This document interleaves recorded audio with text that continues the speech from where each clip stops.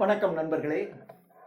நாம் இந்த காணொளியில் காணவிருக்கின்ற பாடல் ஔவையாரின் தனிப்பாடலிலே ஒன்று. இந்த பாடலில் முருகப்பெருமான் ஔவையாரிடம் இந்த உலகத்திலேயே மிகவும் இனிமையானது எது என்று கேட்கிறார். அதற்கு ஔவையார் பாடலாக உலகத்தில் இனியது எது என்று பதிலாக கூறுகிறார். இந்த பாடல் திருவிளையாடல் என்கின்ற திரைப்படத்திலே இறுதி காட்சியிலே வருகிறது. இந்த இறுதி காட்சியில் முருகர் ஔவையாரிடம் கேள்வியாக கேட்பார். அதற்கு ஔவையார் இந்த பாடலை பதிலாக பாடுவார். அந்த திரைப்படத்தில் இந்த பாடலை நாம் கேட்கலாம். இப்பொழுது நாம் இந்த பாடலை காண்போம். இனியது கேட்கின், இனியது இனியது எது என்று கேட்கக்கூடிய தனி என்றால் அன்ஈக்குவல், ஈடு இணையற்ற. இதுதான் தனி, யூனிக். இதற்கு இணையானது ஒண்ணு கிடையாது. இது ஒண்ணுதான், தனி ஒருவன். அப்போ ஈடு இணையற்ற தன்மையுடைய தனிய, ஒப்பார் இல்லாத, ஒப்புமை இல்லாத தனித்தன்மை வாய்ந்த நெடிய வேலினை கொண்டிருக்கக்கூடிய முருகப்பெருமானே, நீங்கள் இனியது எது என்று கேட்கிறீர்கள். இனிது இனிது ஏகாந்தம் இனிது. ஏகாந்தம் என்றால் தனிமை என்று அர்த்தம். தனிமை என்று சொன்னால் நாம் விரும்பி மேற்கொள்ளுகின்ற தனிமை.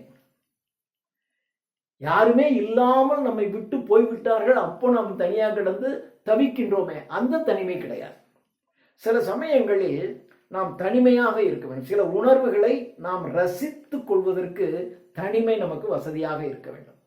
ஒரு நல்ல நூலினை நீங்கள் பயிலுகிறீர்கள். அந்த நூலினை நீங்கள் மீண்டும் உங்களுடைய நினைவிற்கு கொண்டு வந்து சிந்திப்பதற்கு உங்களுக்கு தனிமை தேவை. நம்ம ஒரு நூலினை படித்து முடிச்சிடும், எப்ப பார்த்தாலும் நம்ம கூட யாராவது சேர்ந்து ஏதாவது பேசிக்கொண்டே இருந்தால் அந்த நல்ல நூலினை மீண்டும் நம்முடைய நினைவிற்கு கொண்டு வந்து அசை போடுவது என்பது இயலாத காரியம் ஆகிவிடும். அப்ப நமக்கு ஏகாந்தம், தனிமை தேவை. இத CEM Joad, Cyril Edwin Mitchinson Joad அப்படிங்கிறவர் சிவிலைசேஷன் என்கின்ற ஒரு கட்டுரையில எழுதியிருக்கிறார். சிவிலைசேஷன், நாகரிகத்திற்கு உங்களுக்கு என்ன தேவைன்னா தனிமை தேவை. நீங்க தனியா இருக்கிறவங்கனால தான் சிந்திக்க முடியும். நீங்க எப்ப பார்த்தாலும் இயங்கிக் கொண்டே இருந்தீர்களா, உங்களுக்கு சிந்திப்பதற்கு ஏது நேரம்? அப்போ உங்களுக்கு சிந்திக்கணும் அப்படின்னா ஓய்வு இருக்கணும், தனிமை இருக்கணும். இருந்தா தான் நல்லா சிந்திக்க முடியும். அப்படி சிந்தித்தால்தான் இந்த நாகரிகமான இந்த உலகத்திற்கு உங்களால் சிறந்த அர்ப்பணிப்பை செய்ய முடியும். அப்ப நாகரிகத்திற்கு முதல் பண்பு ஏகாந்தம், தனிமை அப்படின்னு அவர் சொல்றார். இனிது இனிது, ஏகாந்தம் இனிது, தனிமையாக இருப்பது என்பது இனிது.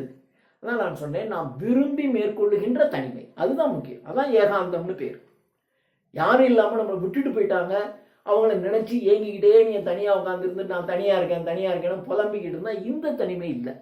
ஏகாந்தம் இனிது, அதனினும் இனிது. ஏகாந்தமாக இருந்து நம்முடைய நினைவிலே மிக உயர்ந்த சிந்தனைகளை மீண்டும் கொண்டு வந்து அசை போடுவது என்பது மிகவும் மகிழ்ச்சியை தரத்தக்கதாக இருக்கும். அது இனிமையானது. ஆனால் அதைவிட இனிது ஆதியை தொழுதல். ஆதி பகவன், இறைவன். ஆதியை தொழுவது, இறைவனை வழிபடுவது என்பது அதைவிட சிறந்த. ஏகாந்தம் இனிமையானது. அதைவிட சிறந்தது இறைவனை வழிபடுவது, ஆதியை தொழுதல்.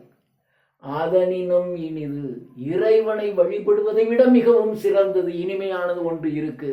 அது அறிவினர் சேர்தல். அறிவு உள்ளவர்களோட சேர்ந்து பயணிப்பது.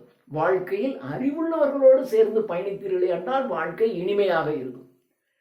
சொல்ல பாருங்க, அறிவினர் சேர்வது என்பது இறைவனை வழிபடுவதை விட மிகவும் இனிமையானது. அறிவினரோடு சேர்ந்து நம்முடைய வாழ்க்கையை செலுத்துவது. அப்படி நம்முடைய வாழ்க்கையில் அறிவுள்ள நண்பர்கள், அறிவுள்ள வாழ்க்கை துணை, அறிவுள்ள நம்முடைய மக்கள், நண்பர்கள், உறவினர்கள் இவங்க எல்லாம் அறிவுள்ளவர்களாக இருக்காங்கன்னு வச்சுக்கோங்க. அப்போ நம்ம வாழ்க்கை மிகவும் இனிமையானதாக இருக்கும். அதனினும் இனிது அறிவினர் சேர்தல். அறிவினர்களோடு சேர்ந்து பயணிப்பது, சேர்ந்து வாழ்வது என்பது மிகவும் இனிமையானது. அதனினும் இனிது, அதைவிட இனிமையானது அறிவுள்ளவரோடு சேர்ந்து வாழ்வது என்பது இனிதுதான். ஆனால் அதைவிட இனிது அறிவுள்ளாரை கனவிலும். அறிவுள்ளாரை நம்ம கனவுல கூட நினைக்கணும். நனவிலும், கனவிலும் நனவிலும் அறிவுள்ளாரை காண்பது, பார்ப்பது. அறிவுள்ளவர்களை நீங்கள் பார்த்தால் போதும். அப்போ நல்லாரை காண்பதும் நன்றே, இதே ஔவையார் பாடியிருக்கிறார். நல்லாரை காண்பதும் நன்று. அவங்கள பார்த்தாவே போதும். கனவுல பார்த்தா கூட போதும்.